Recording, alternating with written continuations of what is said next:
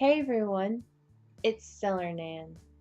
Today's tutorial in my SNES Classic Craft series features a charm bracelet based on the 9 items you can get in Super Mario Kart. In the game, you've got the red shell, coin, feather, lightning bolt, green shell, star, boo, mushroom, and banana peel. For this craft, you'll need Graphics brand white inkjet shrink film. The inkjet kind costs more than the regular, but I believe it's better quality and safer for your printer. Scissors, preferably smaller ones. A 1/4 inch hole puncher. A baking tray. Non-stick parchment paper used for cooking. Clear nail polish, and the use of an oven.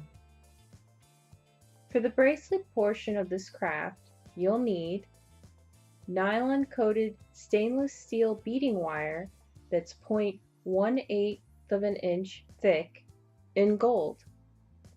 I'm not usually big on gold, but it's the only color you need when you're in first place.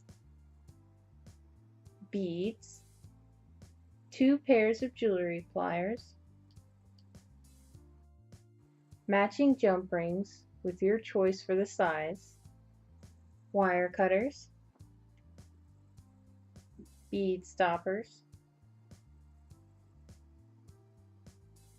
2 crimp covers, a pair of toggle clasps, and optionally a bead board to help with measuring the length of your bracelet. Alternatively, if you'd rather have a keychain instead of a bracelet, you could use a lariat charm strap and optionally a small bell. To make the charms, first you'll need the pixelated designs from the Google document that I have provided in the description box below.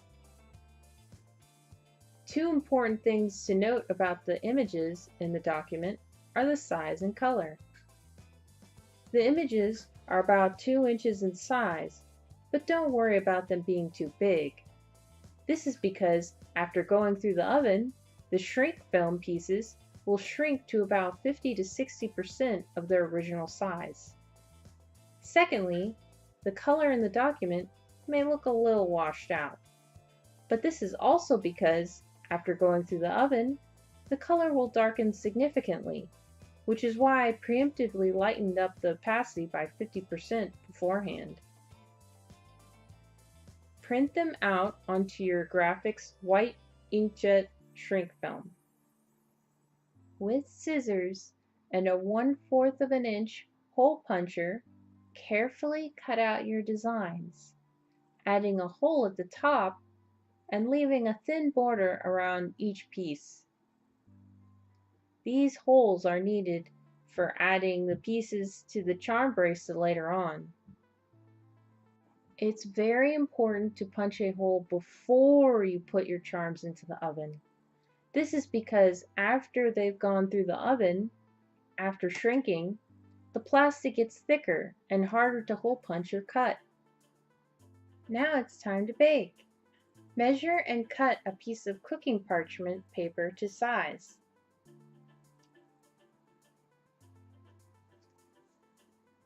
Place all 9 of your shrink wrap pieces spread out onto the baking tray.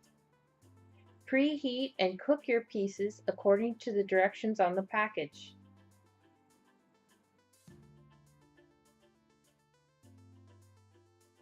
Ding ding! They're ready!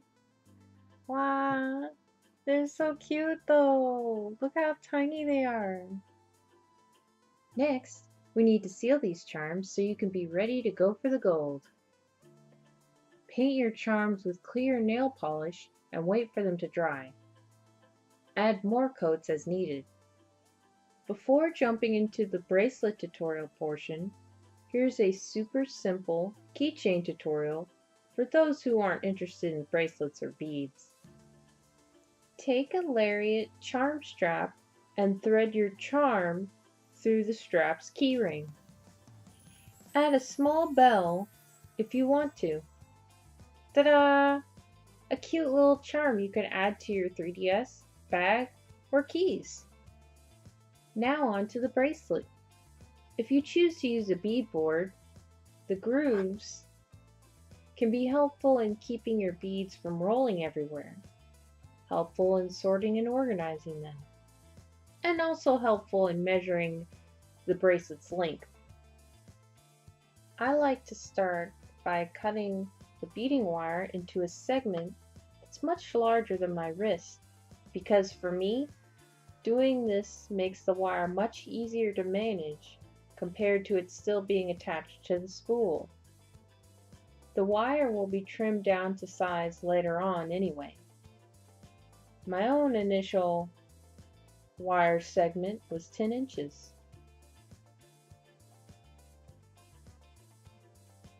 Pinch your bead stopper to open the coil slightly. Place your wire in between the coils about an inch away from the end. Unpinch the stopper to hold it in place. Doing this step will prevent your beads from sliding off the end while you're making it. Through the opposite end is where you'll string on your beads. Next, we need to take a moment to prepare the charms for the bracelet. Using 2 jewelry pliers, open up the jump ring. Thread the jump ring through the hole in the charm. Use the jewelry pliers once again and bend the jump ring shut. The extra touch of adding the jump rings makes it easier for the charms to be seen and allows them to move around more freely. Now it's time to get creative. String your beads and charms in any order with any color combination or design you'd like. You could make something more subtle with light greens and yellow as a nod to the start screen. You could alternate between black and white beads as a reference to the checkered racing flag. You could go as bright and colorful as Rainbow Road itself. Or you could even opt to keep it sleek and classy with entirely black beading to really make those charms stand out and pop. Once you're satisfied with your design, pinch and place the second bead stopper flush against the end of your last bead.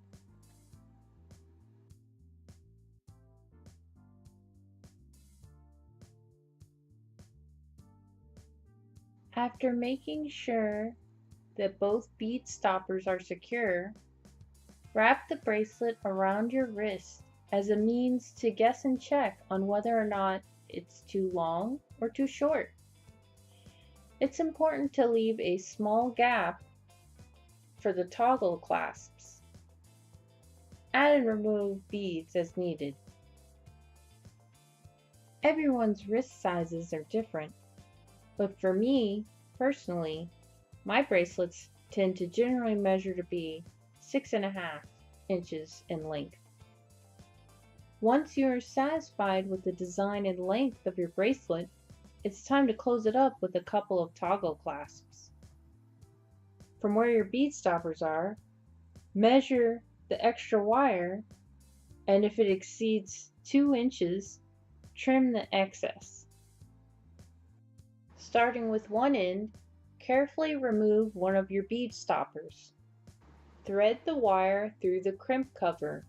Next, thread the wire through one of your 2 toggle clasp pieces.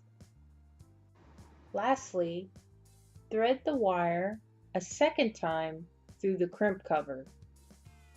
Using jewelry pliers, pull, adjust, and tighten the wire so that the extra wire is both threaded back through the beads and flush against the crimp cover and toggle clasp. This step may take some patience, but the extra effort will help make it look nice. After you are content with the toggle clasp adjustments, it's time to freeze the wire into place. With a pair of jewelry pliers, clamp down hard on the crimp cover until the crimp cover is completely squished flat. Doing this essentially pinches and traps the wire, preventing the bracelet pieces from coming undone and sliding off the wire. Repeat this process on the other side. To add the second, matching toggle clasp to the bracelet and make it wearable.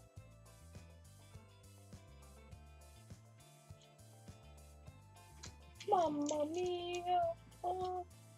I really love Mario Kart. From its music, to its colorful graphics, to its use of Mode 7, and its highly addictive battle mode. I also really loved how, with the feather, you could skip whole sections of courses if you timed it just right. But my favorite thing about Mario Kart was how each character got his or her own winning animation and theme song. It was always a fun game to play with other kids in the neighborhood, but sometimes we get into heated arguments over who could drive as Yoshi. Speaking of drivers, it's pretty neat to look back on the roster and see Donkey Kong Jr. before his redesign by Rare. It's funny. I've been so addicted to Mario Kart 8 lately that when I played a little bit of Super Mario Kart before filming this, I kept inadvertently trying to do tricks for speed boosts. It was really ridiculous. Thank you for checking out my video. If you enjoyed it and want to support me, join the Stellar fam by subscribing to my channel. Stay stellar!